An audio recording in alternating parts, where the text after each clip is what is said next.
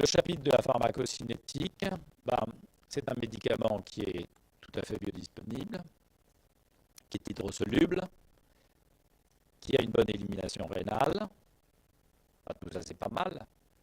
Mais encore une fois, chaque fois qu'on vous dit élimination rénale, on ne vous parle pas des éliminations pour tous les médicaments, on n'entre pas dans ces domaines-là, on ne vous en parle que quand ça vous amène à des situations à risque. Immédiatement, attention au surdosage en cas d'insuffisance rénale. Pourquoi? Parce que la clairance de la digoxine est extrêmement proche de la clairance de la créatinine. Voilà. Vous baissez le DFG, Cockcroft MDRD, comme vous voulez, vous diminuez la clairance de la digoxine, vous augmentez les risques vous augmentez la digoxinémie. La demi-vie plasmatique est relativement longue, 30 heures, avec un délai d'obtention du plateau qui est de quelques jours. Donc, élimination rénale, et là c'est probablement un des rares médicaments dont la clairance est très très liée à celle de la créatinine. Alors, ce que vous devez finalement, les seules choses que vous devez vraiment savoir, ce sont les effets indésirables de la digoxine. Pourquoi? Parce que ce n'est pas vous qui allez démarrer le traitement, c'est le cardiologue traitant, le spécialiste des troubles du rythme. Et donc, vous, comme médecin généraliste, vous devez vous attendre à un certain nombre d'effets indésirables chez ces patients. Le premier, c'est l'hyperexcitabilité cardiaque. Une hyperexcitabilité cardiaque de type ventriculaire, donc c'est grave. Parce que le risque, c'est évidemment la tachycardie ventriculaire, la fibrillation ventriculaire. Et là, il y a une vraie caractéristique, c'est que comme il y a une toxicité, si vous voulez, directe de la digoxine sur le myocarde, vous ne savez pas si c'est l'évolution de la maladie, par exemple une insuffisance cardiaque qui s'est accompagnée, cardiomyopathie dilatée avec une arythmie cardiaque, alors on l'a traité, mais est-ce que c'est l'évolution de la maladie ou est-ce que c'est un surdosage? Voilà. Donc c'est toujours difficile.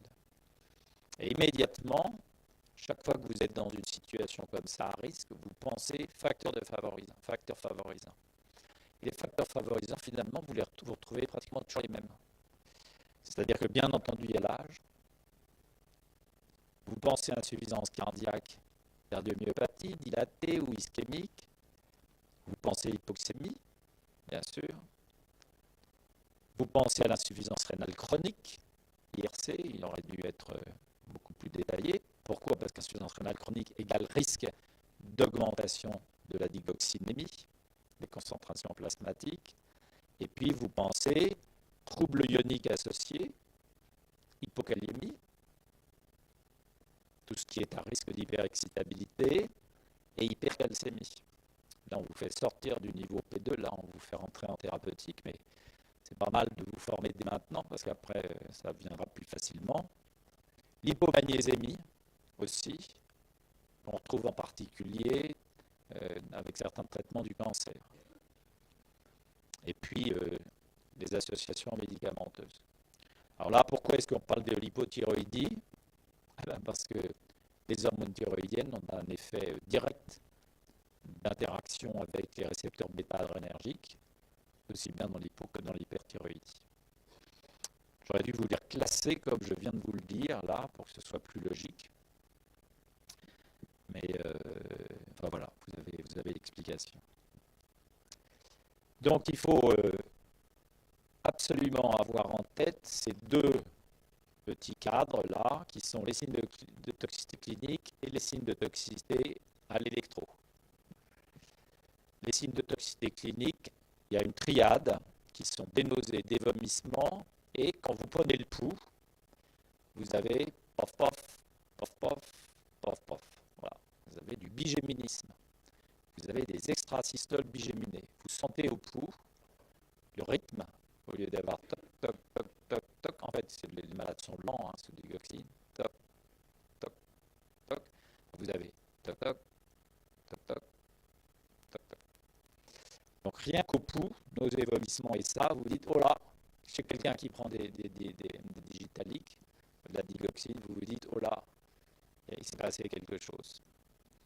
Et puis, si vous êtes muni d'un électrocardiographe, vous faites le CG, et là, vous pouvez trouver des extrasystoles auriculaires, tout ce qui est trouble du rythme auriculaire. Là, je vous ai mis simplement extrasystole parce que vous ne savez pas du tout si c'est de l'oreillette ou du ventricule.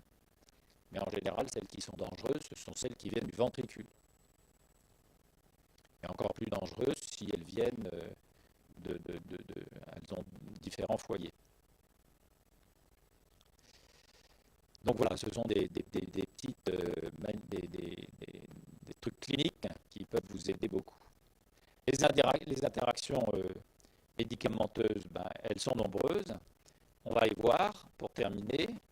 Et en fait, on revient à nouveau à notre risque iatrogène élevé, index thérapeutique étroit, faible rapport bénéfice-risque, appelez ça comme vous voulez. Pourquoi? Parce que tout ça peut entraîner des fluctuations thérapeutiques.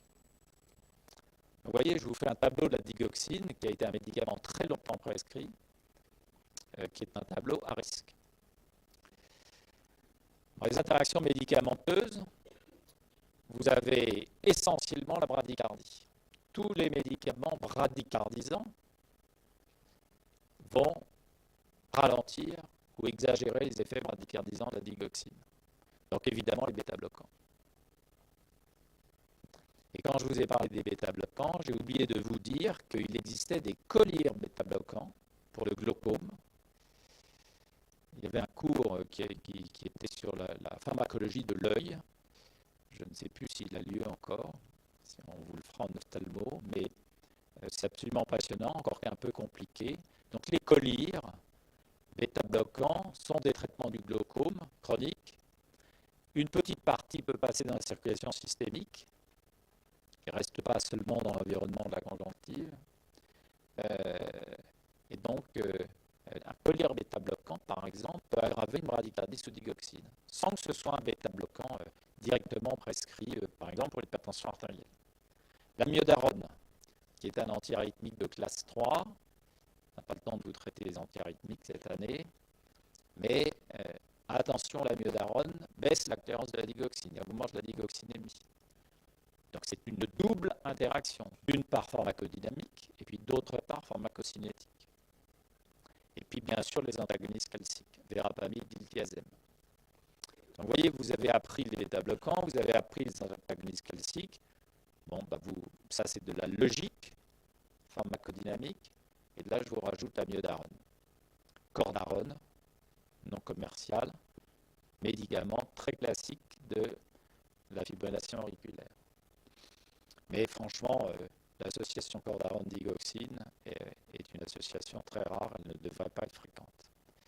Vous avez deux contre-indications majeures, seulement deux, majeures, qui sont les sels de calcium par voie intraveineuse.